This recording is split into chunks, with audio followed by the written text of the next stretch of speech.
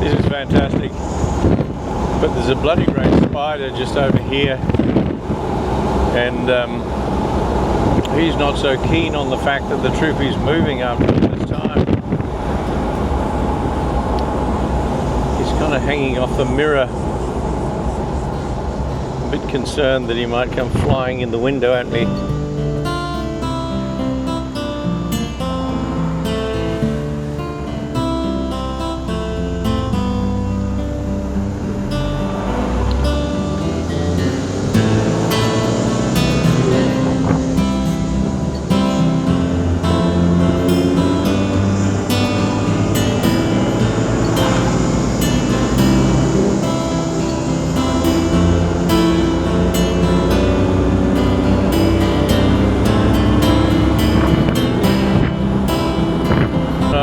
The worst that can happen.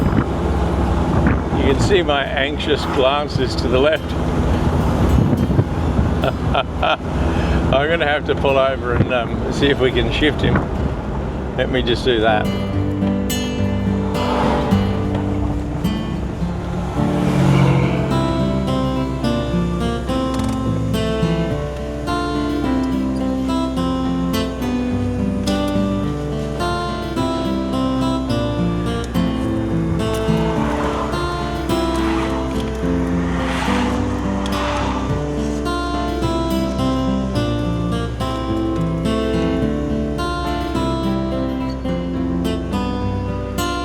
Have to get out. They hang on tight, don't they?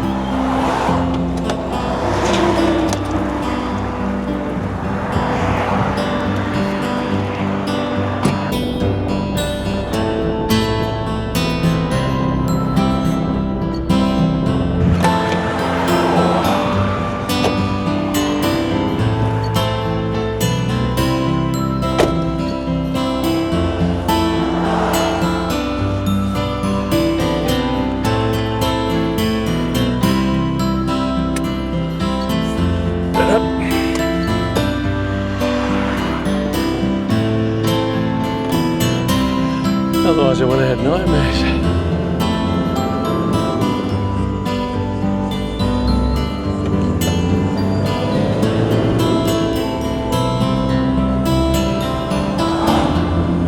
Let's turn the radio down a bit. I'm going to have to shout a bit, I think, because with the I don't know whether it's just sitting for a long time or damaged the air conditioning condenser, but it's not working, so both windows down with the dual window air conditioning.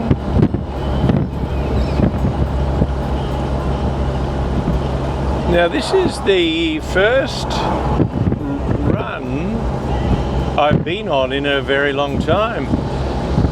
When I bought this car back in 2024, it pretty well sat in the yard now for what amounts to a couple of years.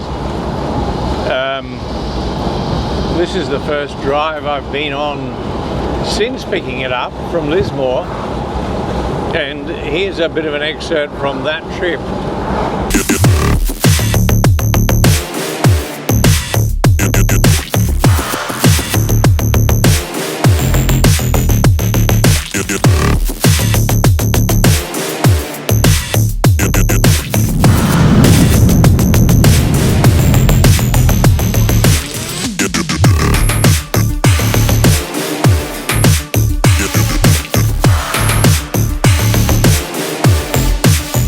Now, having done all of this though, I can take it lots of places. I've got to get the air conditioning sorted. I've sent off a message to an aircon guy who will come around and diagnose what the issue is. It may well be that air conditioning condenser, and unfortunately that will mean taking out the radiator again and pulling out the air conditioning condenser, regassing the whole system once I put a new condenser in. But we'll know then that we'll have a good system. But I don't know what the problem is, you know. I mean, is it the air conditioning compressor? I don't know. Or a leak in one of the hoses, of course. That's a possibility too. But this is fantastic, you know. I'm traveling at the moment at about 90 kilometers an hour. It is noisy because I've got both windows down. I'm being held up by a ute with a trailer ahead, otherwise I'd be able to go a bit faster. I feel like I'm about to lose my hat any minute.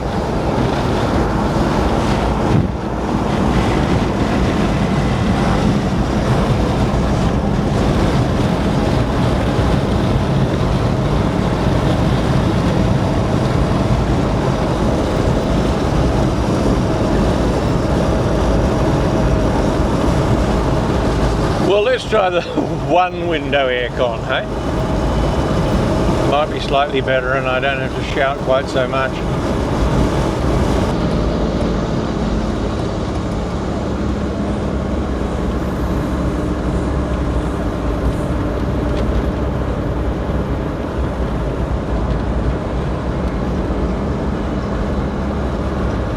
You know, we just came to an overtaking lane, and the problem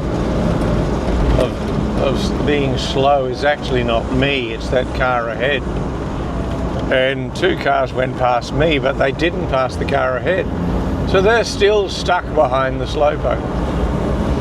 Maybe Troopies just look slow. And they figured once they went past me, they're in the clear. Now we're all being held up.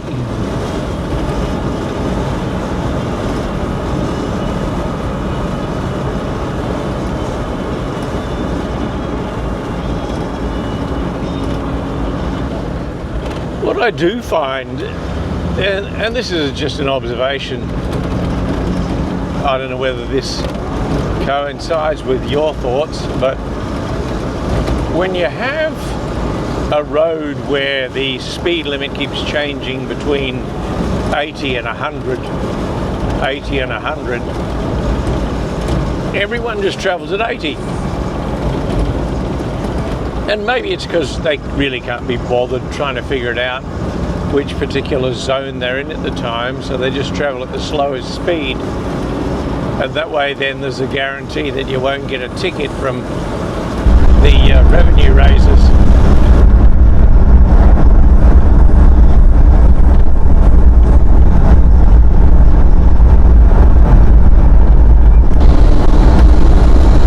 I've got some diesel treatment from CMS, a Complete Maintenance Services, which is Simon Dangerfield. I've mentioned Simon before, and I've just filled the tanks, or filled the main tank, and the secondary tank I've half filled.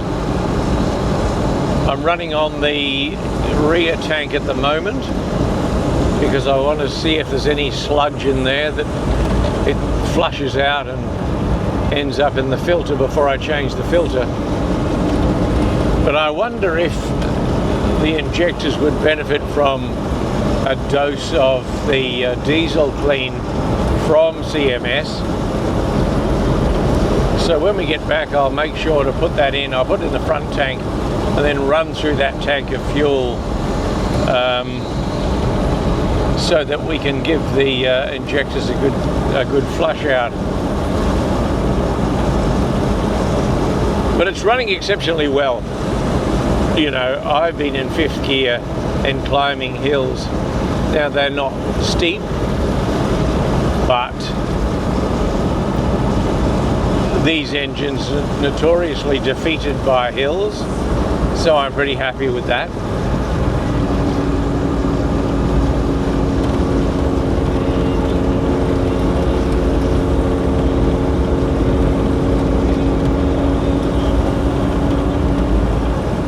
enjoy this drive. I mean, you know, this is fantastic. Like I said, the first drive in 2 years, more or less. And don't forget, we had all of the springs replaced, all of the brakes replaced, all of the shocks replaced, new front wheel bearings, swivel hubs, etc. So it's running beautifully smooth on the road. There is a bit of a shimmy at speed, so that could well be wheel balance. I believe that when Eric did the front suspension, he sent it off for wheel alignment, but I think there might be some wheel balance issues going on. These are things we can take care of slowly. I mean, I'm currently cruising at, it's just under 90, and it's currently, it's cruising very smoothly. Once I get that air conditioning sorted, I'll be able to have the windows up and won't have to shout over the roaring wind. But, you know, think about it. You youngsters may not recall, but we old-timers certainly remember that all of our cars in the 60s and 70s didn't have air conditioning, or none of them had air conditioning, I should say. And so we drove around with all the windows down all the time. I remember when I went up north in the late 70s, and that was in an old Valiant wagon, and it didn't have air conditioning. I just had all of the windows down and enjoyed all of the smells as they came in through the window.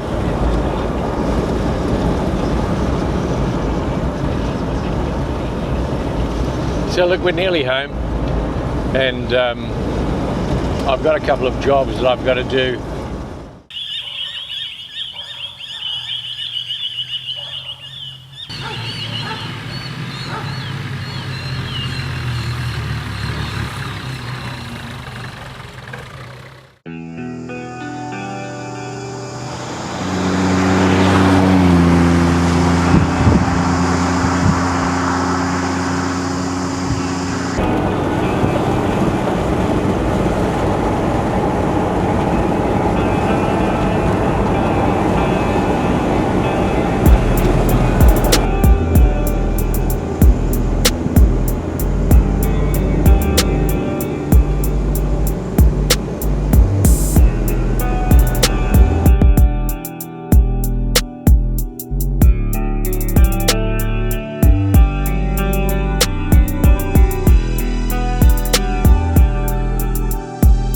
Sometimes I think we forget how to rough it, you know, if you know what I mean by that, and that is that we drive around in air-conditioned cars and sit in air-conditioned houses or go to air-conditioned cafes.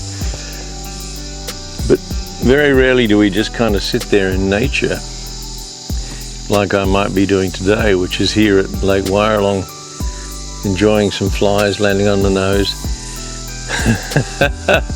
A pretty hot day. It's, I don't know, I'll check that, but probably in the mid-30s, 34 or something like that.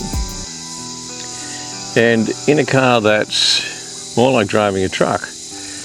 But there's something unique about that experience, you know, first of all, driving a car like a truck, and that is because it's not smooth or quiet or gently riding, but a unique kind of vehicle which gives you a sort of a lofty position, not necessarily so you can feel superior, but so you've got great vision out ahead.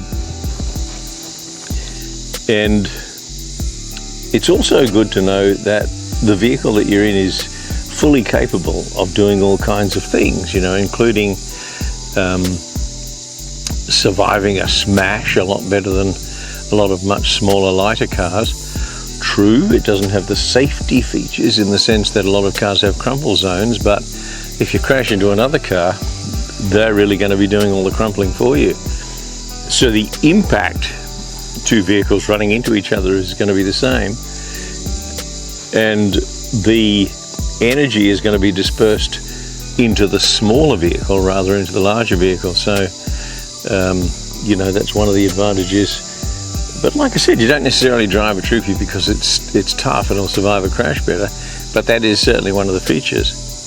The other one, of course, is the ability to go anywhere, and you know, just down the road here there's a couple of kind of off-road areas, and I don't mean that they're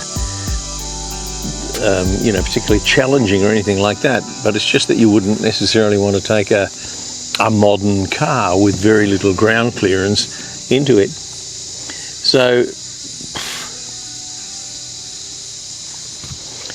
settle back, enjoy the flies with me, and